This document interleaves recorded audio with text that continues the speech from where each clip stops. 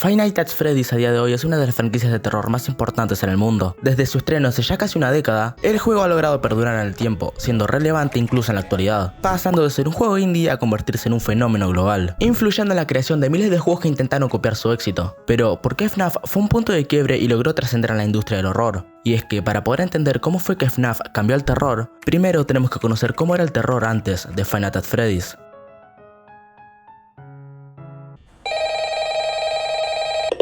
Para el 2013, o sea, un año antes de la salida de FNAF, los juegos de terror en su mayoría tenían la misma fórmula, la cual te obligaba a huir o esconderte del monstruo de turno. Juegos como Outlast, Amnesia o Slender the Arrival eran títulos en los que tenías que estar en un constante movimiento, ya sea buscando un objeto o huyendo de algún ente. El terror estaba en la constante sensación de peligro que sentías por miedo a que te atrapen.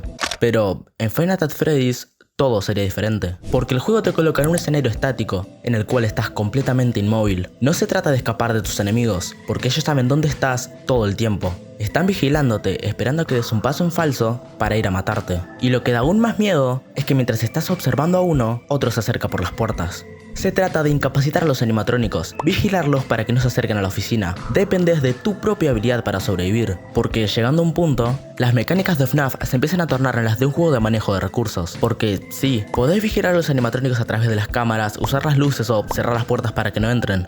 Pero el truco está en que no puedes hacerlo siempre, porque hacer todo eso agota la batería general muchísimo más rápido. Y si te quedas sin energía, estás muerto. El juego se trata de retrasar lo inevitable, no de impedir que suceda, porque con el paso de las noches, la dificultad aumenta cada vez más, haciendo que cada vez se te haga más complicado impedir tu muerte.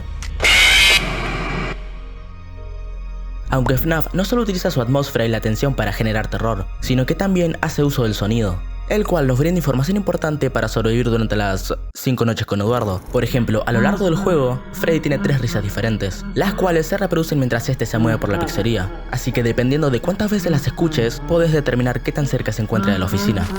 También, si estás jugando y de repente escuchas esto,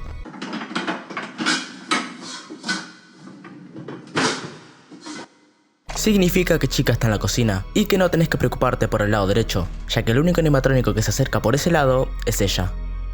Si bien FNAF 2 aumentó la dificultad al agregar mecánicas nuevas e interesantes, y FNAF 3 fue parte importante porque terminó de introducir al personaje más importante de toda la franquicia, estos seguían repitiendo la fórmula de la primera entrega. Y no sería hasta Five Nights at Freddy's 4 cuando el juego se convierte por completo en una experiencia aterradora.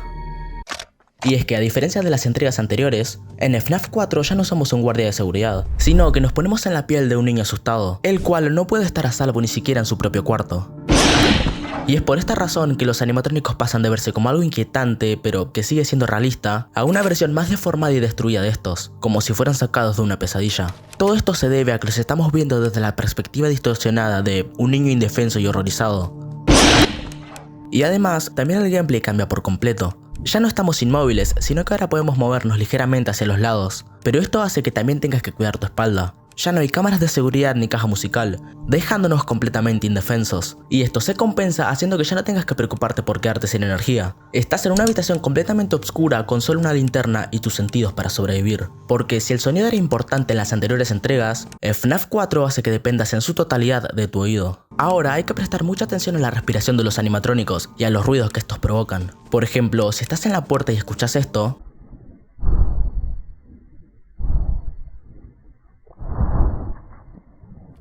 es porque hay un animatrónico al otro lado. Del mismo modo, si mientras revisas la cama o alguna de las puertas escuchas esto, significa que Foxy entró a la habitación y que ahora también tienes que preocuparte por el armario. El juego te obliga a que subas el volumen, haciendo que estés más alerta, pero también mucho más nervioso. Y si estás bajo demasiado estrés, es mucho más probable que te equivoques. Pero hay que admitir que en realidad FNAF solo da miedo la primera vez que lo jugás, porque después de comerte 15 veces el mismo jumpscare de Freddy, ya deja de dar miedo, haciendo que el juego se convierta en un simple simulador de screamers. Lo que hace verdaderamente inquietante a FNAF es su atmósfera, y la manera en la que esta mantiene al jugador en una tensión constante, porque el hecho de que los animatrónicos sepan dónde estás y estos miren fijamente a la cámara con esos ojos vacíos, sumado al aspecto abandonado que tiene la pizzería y a la ausencia de música que tiene el juego, haciendo que lo único que escuches durante la noche sea el ruido del ventilador que está en la oficina. Todos estos factores ayudan a potenciar esa sensación de estar encerrado con estas máquinas. Y es que el usar una atracción para niños que tiene que ser amigable e inocente, pero que también genera desconfianza, dando la sensación de que esta en cualquier momento puede atacarte, es sumamente incómodo. Y no ayuda en nada el hecho de que estos traten de imitar un comportamiento humano, pero que se sigue viendo brusco y mecánico. Y si bien en FNAF 4 estos diseños cambian por uno mucho más destruido, eso es porque en esta entrega no se busca incomodar al jugador, sino que su objetivo es el verse más aterradores y monstruosos. Pero, ¿por qué los juegos actuales de la franquicia son la antítesis de todo esto?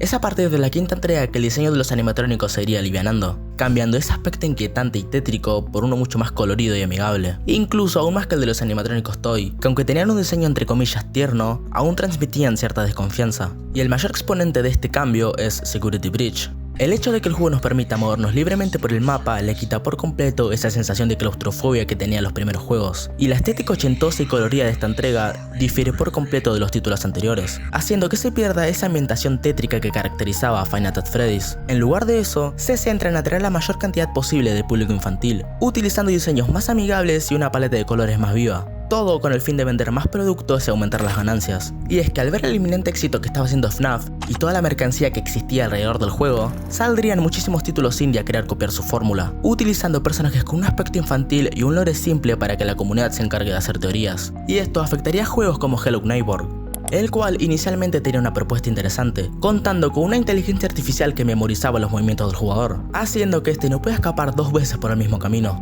Y todo eso fue dejado atrás para convertirse en un título del montón, haciendo que cosas como la casa del vecino se conviertan en un puto parque de atracciones, perdiendo por completo la esencia que tenía su concepto original. Pero donde vemos este problema en mayor medida es en Poppy Playtime y Garden of Banban, juegos que adoptan esta estética colorida y tierna para sus personajes, solo que llevándolo a un extremo, centrándose en el dinero por encima de ser una experiencia que cause verdadero terror. Y el problema está en que la atmósfera de estos juegos no genera nada, porque según la historia de Poppy Playtime, nos encontramos en una fábrica que fue abandonada hace años, pero el escenario no transmite eso. Y una gran diferencia está en que en Five Nights at Freddy's se nos muestra al monstruo de manera sutil, generando esa tensión de no mostrarlo, pero que nosotros sabemos que este sigue ahí. En cambio, Poppy Playtime nos presenta al villano desde un inicio. No genera ningún tipo de ambiente tenso ni deja nada a la imaginación del jugador. Además de que la única persona que le podría dar miedo a esto es San Guachín. Lo único que hacen estos juegos es generar tensión por unos segundos para terminar en un jumpscare simple y aburrido.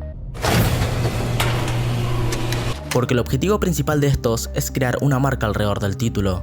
No tienen ninguna intención de ser una experiencia terrorífica que funcione por sí sola, y ni siquiera la propia empresa se toma en serio su juego, usando sus personajes para hacer animaciones infantiles e incluso llegando a vender su lore a través de NFTs. Si bien FNAF fue el precursor en aliviar el terror en sus entregas, este cambio ocurriría con el paso del tiempo, y desafortunadamente Five Nights at Freddy's pasó de ser una revolución en la industria del terror a quizá ser el culpable de que ésta se encuentre en decadencia.